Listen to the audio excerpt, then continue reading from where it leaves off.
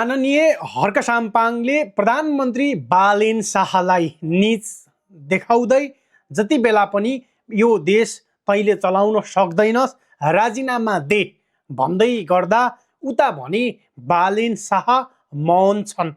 हेर्नुहोस् त, यता हर्क साम्पाङ भने 24 घण्टा कराएको कराई, तर उता बालेन शाह भने मौन बसिरहेका छन्। आज मात्रै बालेन शाहले डिडिसी चिजको प्रचार गरेका छन्। आफ्नो सामाजिक सञ्जाल फेसबुकमा एउटा तस्बिर सार्वजनिक गर्दै डिडिसी चिज लेखेर सार्वजनिक गरेका छन्।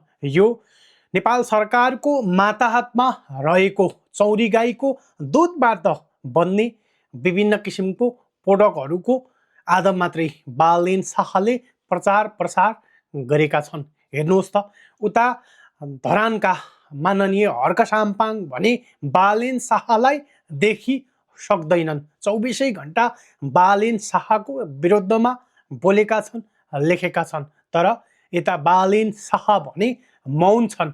आखिर किन रहेछ यस्तो? तपाईँलाई के लाग्छ? तपाईँको जिज्ञासा लेख्नुहोस् त।